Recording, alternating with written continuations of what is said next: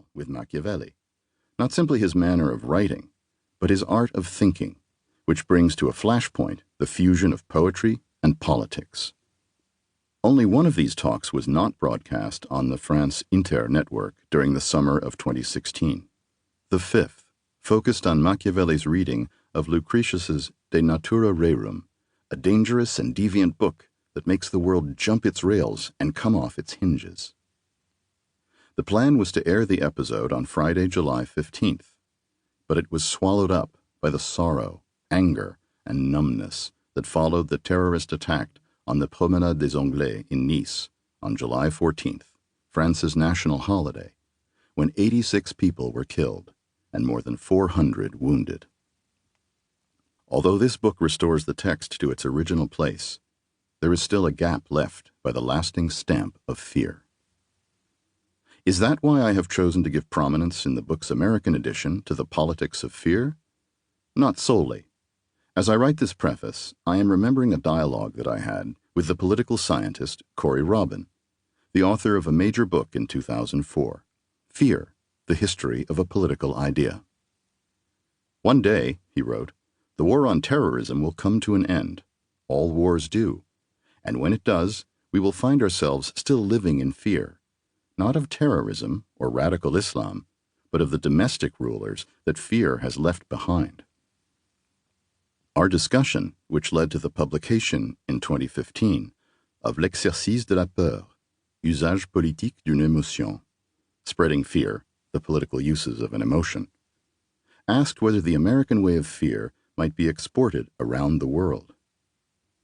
We touched on Hobbes, of course, de Tocqueville and Hannah Arendt, but also Machiavelli, who continually inquired about the fears of those who govern.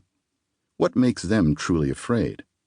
When justice stops being effective, or when the crimes of corruption stop being punished, and when political violence is no longer a threat, there is nothing left to cause fear in those who govern shamelessly.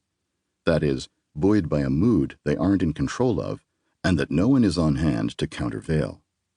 What will then happen to the Republic? This question inevitably arises when anxiety is felt about democracy, because the Republic loses its stability when it no longer reflects a pacified equilibrium between the different fears that divide it.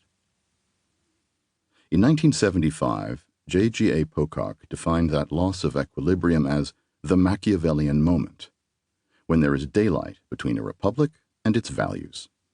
American historians have since associated Machiavelli's name with that form of political crisis, a practice I have followed in this book. And today we are undeniably living through another Machiavellian moment, again bringing the Florentine author close to the core of American reality. But the author of the present lines is in no position to analyze the ins and outs of the situation, other than by this cross-Atlantic dialogue. What is fundamentally at stake is the capacity of the available political language to make sense of current developments. Living in unstable times, Machiavelli was keenly aware that the old political lexicon, which the Middle Ages had inherited from Aristotle, no longer served him adequately. One instance was the basic opposition between the ideas of reigning and dominating, which lay at the heart of the medieval concept of government, the regimen.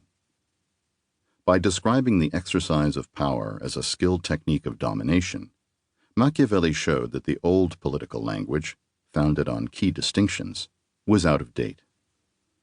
And Machiavelli defined the intellectual's task as a kind of resoluteness toward truth, being unmoved by the dazzle of words to go straight toward the actual truth of the matter, andare diretto alla verità effettuale della cosa. This experience, which is profoundly Machiavellian in nature, is one that recurs again and again in history, whenever the words for expressing the things of politics become obsolete. What do we do when confronting adversaries we can't put a name to? We call them fascists, for want of a better term, just as in Italy's medieval communes, the people called the lords tyrants.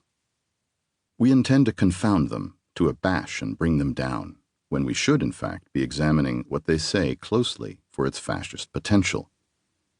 One thing is certain, when we use words from the past, we are showing our inability to understand the present.